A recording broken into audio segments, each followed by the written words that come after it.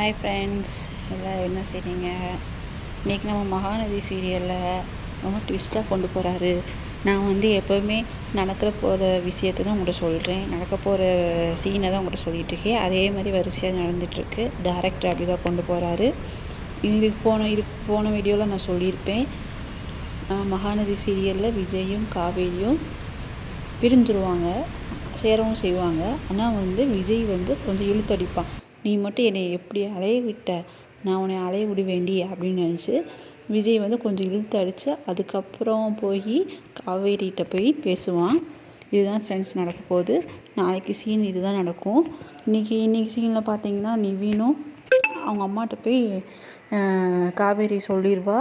அப்புறம் அவங்க அக்காட்ட மடியில் படுத்துட்டு விஜய் அப்படி இருப்பான் இப்படி இருப்பான்னு சொல்லி பெருமையாக சொல்லிகிட்ருப்பான். காவேரி ஃபோன் பண்ணிக்கிட்டே இருப்பாள், விஜய் இருக்கவே மாட்டான். நீ மட்டும் என்னை எப்படி அலைய விட்ட, நான் உன்னை அலைய விட மாட்டேனா அப்படின்னு கேட்பான். அவன் தான் நினச்சிக்கிட்டு இருப்பான்.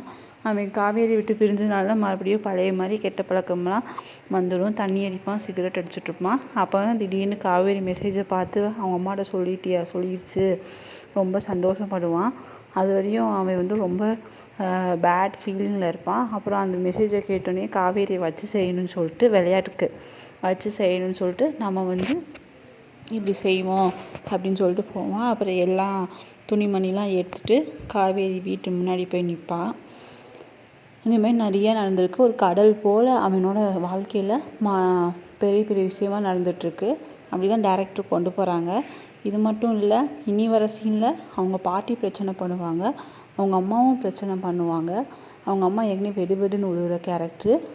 அமைதியாக பேசாமல் நீங்கள் எப்படி தம்பி இப்படி ஒன்றா ஒரு கான்ட்ராக்ட் கல்யாணம் பண்ணிக்கிட்டு குழந்தை பெற்றுக்க முடியும்? அப்புறம் அவன் விஜய் சொல்லுவான், இல்லை நான் உண்மையாக நேசிச்சக்கப்புறம் தான் நான் குழந்தைய பெற்றுக்க ஐடியா பண்ணோம் அப்படின்வாங்க. இதுதான் ஃப்ரெண்ட்ஸ் நடக்குது.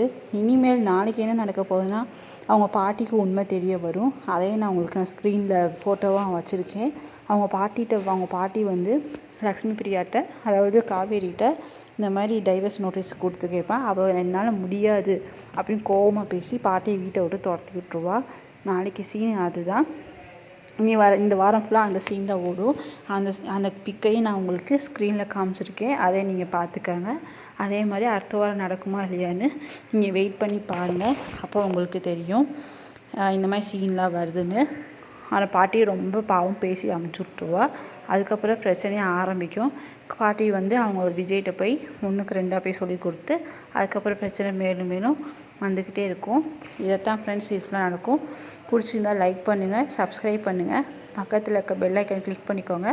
நெக்ஸ்ட்டு மகாநதி சீரியலோட இதோட நான் நாளைக்கு வரேன். பாய்.